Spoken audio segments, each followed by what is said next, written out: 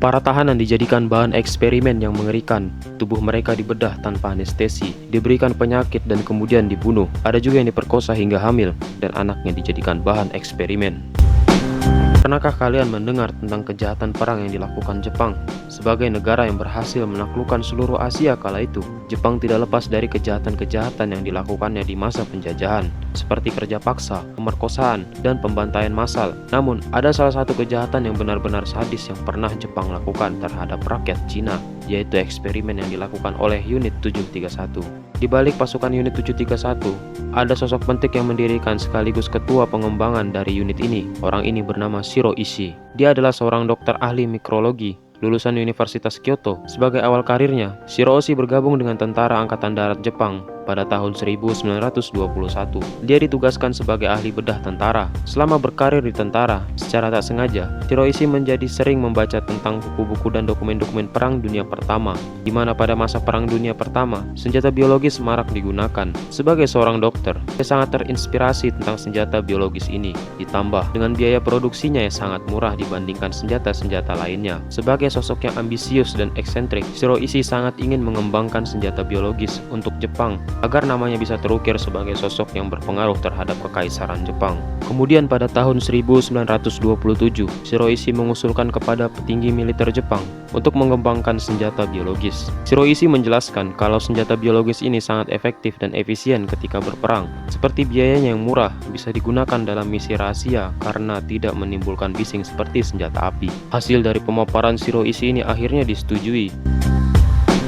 Pada tahun 1928 hingga 1930, Shiro Ishii kemudian dikirim ke luar negeri untuk belajar. Setelah 2 tahun, Shiro Ishii kemudian kembali ke Jepang dengan pengetahuan yang sudah didapatkannya dari luar negeri. Kebetulan, pada tahun 1930 hingga 1931, Jepang melakukan ekspansi besar-besaran di wilayah Tiongkok, di Manchuria, Harbin. Daerah ini berhasil dikuasai oleh militer Jepang.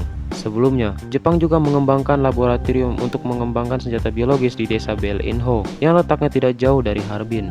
Namun saat itu, laboratorium ini terpaksa ditutup setelah beroperasi 2 tahun lamanya, karena saat itu ada tahanan yang berhasil kabur. Tahanan yang kabur ini kemudian memanggil tentara Cina untuk menyerang fasilitas laboratorium ini. Laboratorium ini pun terpaksa ditutup. Jepang takut informasi tentang penelitiannya bocor, langsung menghentikan segala jenis penelitian tersebut dan memutuskan berpindah lokasi. Apabila Jepang diketahui mengembangkan senjata biologis, maka mereka akan dijatuhkan sanksi internasional. Pelarangan penggunaan senjata biologis sudah disahkan melalui Pengadilan Jenewa pada tahun 1925 akibat dari mengerikannya dampak yang ditimbulkan oleh senjata biologis ini pada Perang Dunia Pertama. Di wilayah Cina, Jepang kemudian melanjutkan penelitian senjata biologis di sebuah laboratorium yang berlokasi di Harbin. Di sini, Jepang melakukan penyamaran dengan menggunakan divisi pencegah epidemik dan purifikasi air. Walaupun berpindah lokasi, pemimpin penelitian ini tetaplah orang yang sama, yaitu Shiro Ishii.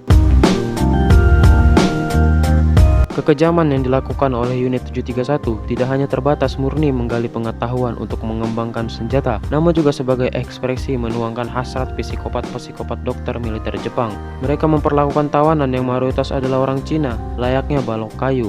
Ungkapan menyebut mereka sebagai balok kayu bukanlah nuansa puitis, namun memang kenyataannya seperti itu. Para tahanan disebut sebagai maruta atau balok kayu. Hal ini dilakukan untuk pencucian otak dan dehumanisasi para subjek penelitian, agar para dokter yang melakukan kekejaman terhadap korban tidak merasa bersalah. Hal ini bisa dijelaskan dalam penelitian psikologis dengan teori kognitif dissonance. Menurut Leon Festinger, jika seseorang percaya bahwa membunuh manusia itu salah, tapi ia justru membunuh, maka otak akan mencari pembenaran. Pertama, otak akan mengubah keyakinan dengan cara menganggap korban bukanlah manusia yang setara atau cuma musuh atau objek penelitian. Otak akan menerjemahkan menggunakan bahasa dehumanisasi seperti menyebut korban sebagai kebalok kayu untuk mengurangi rasa bersalah pelaku. Pada awalnya, efeknya memang tidak terlalu signifikan terhadap pelaku. Namun pengucapan dan penyebutan berulang dapat menyebabkan otak terbrainwash secara tak sadar, sehingga pelaku dapat mempertahankan moralitasnya tetap utuh, namun menurut pandangan dan sejarah subjektif. Ditambah aksi penyiksaan dan pembunuhan ini dilakukan setiap hari. Ini juga bisa dijelaskan dalam teori desensitisasi, di mana bagian otak yang bernama amigdala yang merupakan pusat emosi. Apabila manusia sering melihat sesuatu yang dapat membangkitkan emosi takut atau jijik, otak akan melakukan autoproteksi dengan menurunkan sensitivitas tubuh terhadap hal itu, seperti yang dilakukan para dokter di Unit 731, di mana mereka pada awalnya juga merasakan rasa takut takut dan jijik serta kasihan terhadap korban. Namun hal ini sering dilakukan terus-menerus setiap hari, akhirnya mereka menganggap hal itu adalah kegiatan yang normal. Selama di Harbin, Cina, unit 731 melakukan berbagai eksperimen, salah satunya mengenai frostbite. Frostbite adalah kondisi di mana tubuh terpapar suhu dingin ekstrim hingga membuat jaringan tubuh membeku. Seperti kisah yang diceritakan oleh Yoshimura Hisato, seorang ahli fisiologi di unit 731, memiliki obsesi terhadap studi tentang hipotermia. Dalam eksperimennya, para tawanan yang disebut Maruta untuk meneliti cedera akibat pembekuan pada anggota tubuh. Hari demi hari, Hisato akan membawa seorang tawanan ke sebuah ruangan dingin, lalu merendam lengan atau kaki mereka ke dalam bak berisi air es. Ia menunggu hingga kulit membiru, kaku, dan lapisan es mulai terbentuk di permukaan. Menurut kesaksian salah satu saksi mata, ketika anggota tubuh membeku itu dipukul dengan tongkat, bunyinya seperti papan kayu retak. Setelah itu, Hisato mencoba berbagai cara untuk menghangatkan kembali anggota tubuh yang sudah membeku itu. Kadang dia menuangkan air panas langsung ke kulit korban, kadang dia mendekatkannya ke api terbuka. Di kesempatan lain dia membiarkan tawanan itu semalaman tanpa perawatan, hanya untuk melihat seberapa lama darah di tubuh akan mencairkan es secara alami. Di balik catatan ilmiahnya, setiap prosedur ini meninggalkan jejak penderitaan yang tak terukur pada korbannya. Eksperimen yang dingin bukan hanya secara harfiah, tetapi juga hilangnya rasa kemanusiaan. Selain frostbite, unit 731 juga melakukan eksperimen vivisection atau proses pembedahan tanpa anestesi, di mana para tahanan akan dikumpulkan dalam satu ruangan dengan tahanan lainnya yang mempunyai penyakit korela. Dokter kemudian akan menghitung waktu berapa lama penyakit tersebut akan menyebar. Para tahanan yang terinfeksi kemudian akan dibedah tanpa menggunakan anestesi. Mereka dibaringkan di atas meja operasi dalam keadaan terikat dari dada hingga perut mereka dibedah. Tulang rusuk dipotong dan dipatahkan untuk melihat organ-organ dalam mereka seperti jantung, paru-paru, dan hati. Tujuannya untuk melihat bagaimana reaksi organ yang terkena penyakit korela. Selama proses operasi, korban banyak memberontak dan merintih kesakitan. Namun karena kuatnya ikatan, mereka tidak bisa melawan. Selain itu, para dokter juga melakukan mutilasi anggota tubuh dan menyambungnya kembali dengan anggota tubuh lainnya, seperti memotong tangan dan menyambungnya dengan kaki. Tujuannya untuk melihat bagaimana reaksi tubuh korban, apakah tubuh bisa beregenerasi dan menyambung kembali dengan anggota tubuh yang berbeda. Dan hal ini dilakukan tanpa proses anestesi. Kebanyakan korban langsung meninggal akibat dari eksperimen ini. Selain itu, unit 731 juga melakukan eksperimen tentang dampak senjata terhadap tubuh manusia. Para peneliti akan memaksa para tahanan untuk berdiri di dekat granat dengan radius tertentu dari yang terdekat, menengah, hingga terjauh. Kemudian para dokter itu akan menganalisa tahanan yang terkena dampak ledakan granat yang posisinya terdekat sudah dipastikan akan meninggal dengan mengenaskan. Tubuh mereka terburai tak karuan bentuknya. Selain itu, mereka juga melakukan pengetesan senjata flamethrower yang dapat menyemburkan api. Para tahanan juga terkena senjata ini akan mati mengenaskan karena mati terbakar hidup-hidup. Mereka juga melakukan pengetesan senjata jenis gas beracun. Bahkan dikatakan korban juga merupakan anak kecil dan bayi. Mereka mengunci bayi dan anak kecil dalam suatu ruangan. Di dalam ruangan itu mereka kemudian akan diberikan gas beracun. Semuanya ini hanya untuk mengetahui siapakah di antara dua korban ini yang paling cepat bereaksi terhadap gas beracun. Setelah korban meninggal, mereka langsung membedah tubuh mereka untuk mengetahui bagaimana kondisi paru-paru korban. Selain melakukan kekejaman terhadap bayi dan anak kecil, para dokter juga melakukan hal brutal dan tidak manusiawi terhadap perempuan. Para tahanan wanita akan diperkosa secara bergilir hingga hamil. Kemudian ketika hamil, si ibu akan disuntikkan dengan virus-virus tertentu untuk mengetahui dampak virus atau penyakit tertentu terhadap ibu hamil. Apabila si ibu sudah terinfeksi, mereka akan langsung merobek perut ibu itu hidup-hidup untuk melihat dampaknya terhadap janin.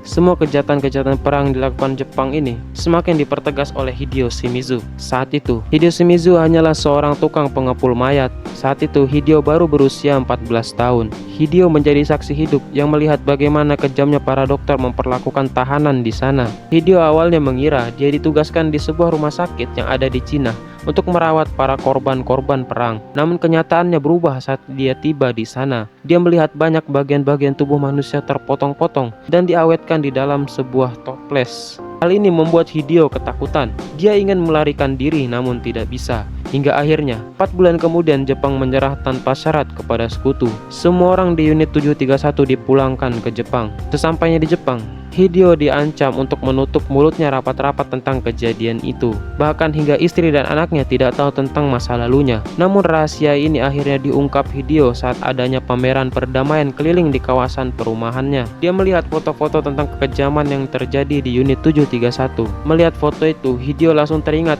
dengan masa lalunya yang dia tutupi selama ini. Dia pun mengungkapkan rahasia ini kepada istrinya dan media. Semua karena perasaan bersalah atas tindakan yang dia lakukan. Kekejaman ini terus terjadi di fasilitas unit 731 hingga akhirnya Jepang kalah perang pada tahun 1945. Namun yang paling mengejutkan, para pelaku kejahatan perang ini tidak pernah dihukum oleh mahkamah internasional. Bahkan mereka malah mendapatkan jabatan-jabatan tinggi di militer dan di dunia pendidikan dan kesehatan. Ada yang menjadi petinggi militer, ada yang menjadi direktur di sebuah rumah sakit, dan ada pula yang menjadi pimpinan di sebuah perusahaan farmasi. Jepang berusaha menutupi kejahatan yang sudah mereka lakukan. Namun, kenapa Jepang tidak pernah dituntut atas kejahatan perang yang pernah mereka lakukan di masa lalu? Hal ini karena ada perannya dari negara adidaya Amerika Serikat.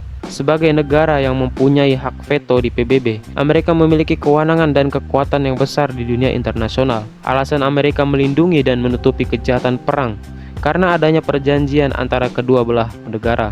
Jepang bersedia memberikan semua dokumen dan hasil penelitian yang sudah mereka lakukan dalam mengembangkan senjata biologis di unit 731 kepada Amerika. Dengan syarat, Amerika akan melindungi dan tidak akan menjatuhkan sanksi atas kejahatan perang yang pernah dilakukan Jepang. Dokumen dan hasil penelitian yang didapat Jepang sangat berharga karena nilai informasinya sangat akurat dan detail. Ini sangat bermanfaat terhadap dunia kesehatan atau bahkan teknologi pengembangan senjata biologis. Oleh karena itu Amerika pun setuju dan siap pasang badan untuk melindungi Jepang.